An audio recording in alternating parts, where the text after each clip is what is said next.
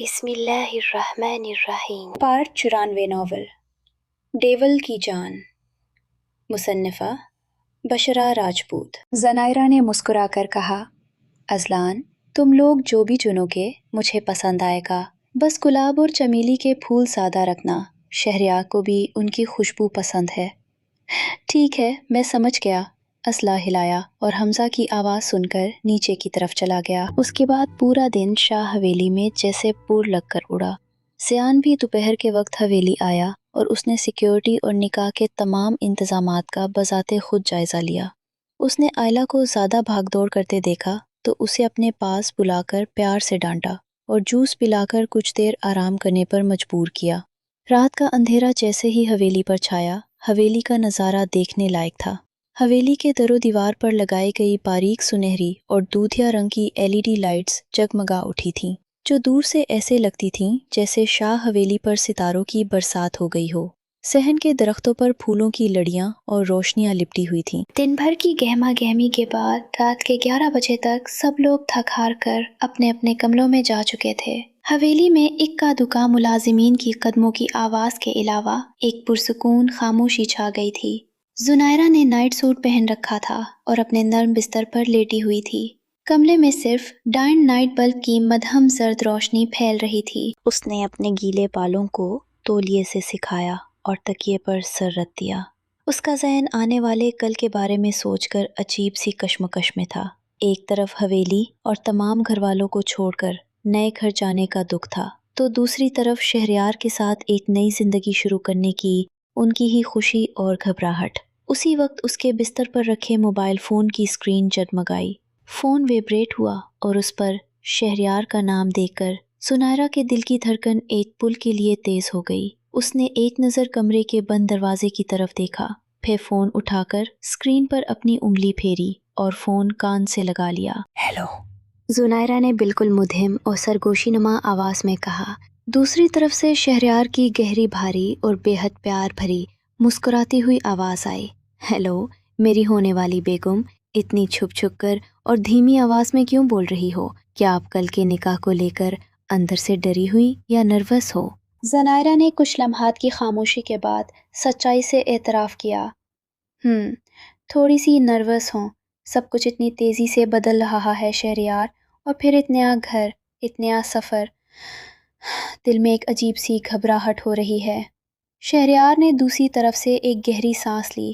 اس کی آواز میں اتنی نرمی اور اپنائیت تھی کہ زنائرہ کے دل کو فوراً قرار آ گیا۔ زنائرہ میری بات غور سے سنو، شہریار نے بہت محبت سے کہا۔ تمہیں نروس ہونے کی بالکل ضرورت نہیں ہے، یہ گھر تمہارا ہی ہے۔ میری امی، عنایہ، اذلان سب تم سے بہت محبت کرتے ہیں اور تمہارا انتظار کر رہے ہیں، اور سب سے بڑھ کر میں ہوں۔ میں تمہاری زندگی کے ہر موڑ پر، تمہاری ہر خوشی اور غم میں تمہاری ڈھال بن کر تمہارے ساتھ کھڑا رہوں گا۔ تم حویلی چھوڑ کر کہیں دور نہیں جا رہی ہو، بلکہ تم میرے دل میں آ رہی ہو۔ تمہیں کبھی کسی بھی چیز کی کمی محسوس نہیں ہونے دوں گا، یہ میرا وعدہ ہے تم سے۔ شہریار کے ان خوبصورت اور مضبوط الفاظ نے زنائرہ کے اندر کے تمام ڈر اور جھجک کو دھو ڈالا۔ اس کے چہرے پر ایک پرسکون اور دلکش مسکراہٹ پھیل گئی۔ پر پورا یقین ہے، زنائرہ نے دل کی گہرائیوں سے کہا۔ چلو اب میری سمجھدار دلہن، شہریار نے ہلکے پھلکے انداز میں کہا، اب زیادہ سوچنا بند کرو اور چپ چاپ آنکھیں بند کر کے سو جاؤ۔ مجھے کل اپنے نکاح پر اپنی دلہن کے چہرے پر تھکن کے کالے گہرے گھیرے نہیں چاہیے، بلکہ مجھے وہ روپ چاہیے جس کی چمک سے پورا ہال روشن ہو جائے۔ زنائرہ ہنس پڑی۔ جی ٹھیک ہے، جیسے آپ کا حکم، آپ بھی سو جاؤ اب۔ شب بخیر۔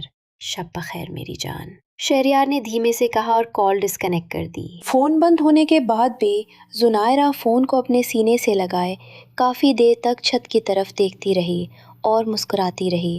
اس کے دل کا بوجھ اور نروسنس اب مکمل طور پر ختم ہو چکی تھی، اور اس کی جگہ ایک خوبصورت آنے والے کل کی امید نے لے لی تھی۔ باہر صحن میں لگی سنہری لڑیاں ہلکی ہوائیں چلنے سے جلا بجھا کر رہی تھیں، اور پوچھ میں پھولوں کی مہک رات کی خاموشی میں اور زیادہ گہری ہو رہی تھی۔ نکاح کا دن۔ شاہ حویلی کی خوبصورتی اور شان و شوکت آج اپنے عروج پر تھی۔ حویلی کو موتیے، گلاب اور زرد گیندا کے تازہ پھولوں اور برقی کمکموں سے دلہن کی طرح سجایا گیا تھا۔ ہر طرف بھینی بھینی خوشبو رچی ہوئی تھی اور فضا میں خوشیوں کا راگ گونج رہا تھا۔ آج شاہ حویلی میں زنائرہ اور شہریار کے نکاح کا دن تھا، ایک ایسا دن جس کا حویلی کے تمام افراد کو بے صبری سے انتظار تھا۔ شہریار کے گھر میں بھی صبح سے ہی چہل پہل عروج پر تھی۔ اس کی والدہ سریہ بیگم خوشی سے پھولے نہیں سما رہی تھی۔ وہ بار بار شہریار کے کمرے کے چکر لگا رہی تھیں، جہاں شہریار آج کے خاص دن کے لیے تیار ہو رہا تھا۔ شہریار نے گہرے سرمئی رنگ کی شیروانی زیب تن کر رکھی تھی، جس کے کالر اور آستینوں پر انتہائی نفیس چاندی کے تاروں سے کڑھائی کا کام ہوا تھا۔ ساتھ میں سفید سلک کا پاجامہ اور اسی کے ساتھ کی چھسا جوتی اس کی شخصیت کو بے حد باوقار اور دلکش بنا رہی تھی۔ اس کی چھوٹی بہن عنایہ گہرے جامنی رنگ کے خوبصورت بھاری لہنگے میں کسی پری سے کم نہیں لگ رہی تھی۔ اس نے بالوں میں موتیے کا گجرا سجایا ہوا تھا اور چہرے پر شرارت بھری مسکراہٹ تھی۔ وہ بار بار اپنے بڑے بھائی شہریار کو تنگ کر رہی تھی۔ بھائی، ذرا شیشے میں دیکھیں، اگر زنائرہ بھابھی آپ کو اس روٹ میں دیکھ لینا تو نکاح سے پہلے ہی بے ہوش ہو جائے گی، عنایہ نے ہنستے ہوئے کہا۔ شہریار نے گھڑی کو باندھتے ہوئے مسکرا کر عنایہ کو دیکھا۔ تم اپنے اس چھوٹے سے دماغ کو زیادہ زحمت مت دو عنایہ، تم بس اپنی تیاری دیکھو، بعد میں کہیں دادا جان سے یہ نہ سننا پڑے کہ دلہن کے سسرالی دیر سے پہنچے۔ اسی اثنا میں اذلان شہریار کا چھوٹا بھائی کمرے میں داخل ہوا۔ اذلان نے نیوی بلیو رنگ کا کلاسک 3 پیس سوٹ پہن رکھا تھا، جس کے ساتھ سفید شرٹ اور سلور ٹائی اس پر بے حد جچ رہی تھی۔ وہ اپنے اسٹائلش بالوں میں ہاتھ پھیرتا ہوا مسکرایا۔ ارے واہ بھائی، آج تو لگ رہا ہے کہ پورا حسن آپ کے اس کمرے میں سمیٹ آیا ہے۔ اذلان نے شہریار کے شانے پر ہاتھ رکھتے ہوئے تعریف کی۔ سریہ بیگم نے کمرے میں قدم رکھا تو اپنے تینوں بچوں کو یوں سج دھج کر دیکھ کر ان کی آنکھیں نم ہو گئیں۔ انہوں نے شہریار کا ماتھا چوما، اس کا صدقہ اتارا اور محبت سے بولے، ماشاءاللہ، میرے بچوں کو کسی کی نظر نہ لگے۔ شہریار، میری جان، آج کا دن میرے لیے سب سے بڑی خوشی کا دن ہے۔ زنائرہ ہمارے گھر کا روشن چراغ بنے گی اور مجھے یقین ہے کہ تم اسے دنیا کی ہر خوشی دو گے۔ شہریار نے اپنی ماں کے ہاتھ چوم لیے۔ آپ کی دعائیں ساتھ ہیں امی، مجھے اور کیا چاہیے۔ دوسری طرف شاہ حویلی میں بھی ہلچل مچی ہوئی تھی۔ صبح سویرے ہی زیان نے زنائرہ اور اپنی جان آئلہ کو شہر کے سب سے مشہور VIP لیڈیز پارلر چھوڑنے کا ذمہ لیا تھا۔ نکاح کی تقریب کے لیے زیان خود بھی بے حد شاندار انداز میں تیار ہوا تھا۔ اس نے گہرے شاہی کالے رنگ کا شاہی پرنٹ سوٹ زیب تن کر رکھا تھا، جس کے کالر اور بٹنوں پر ہلکا سا سنہری گوٹے کا نفیس کام ہوا تھا۔ ہاتھ میں مہنگی کلاسک برانڈڈ گھڑی، پیچھے کو سیٹ کیے ہوئے گھنے سیاہ بال اور چہرے پر ہلکی سی داڑھی کے ساتھ اس کی روبدار اور پرکشش شخصیت الگ ہی منظر پیش کر رہی تھی۔ اس کا یہ وجیحہ روپ ایسا تھا کہ دیکھنے والا ایک لمحے کے لیے ٹھٹک کر رہ جائے۔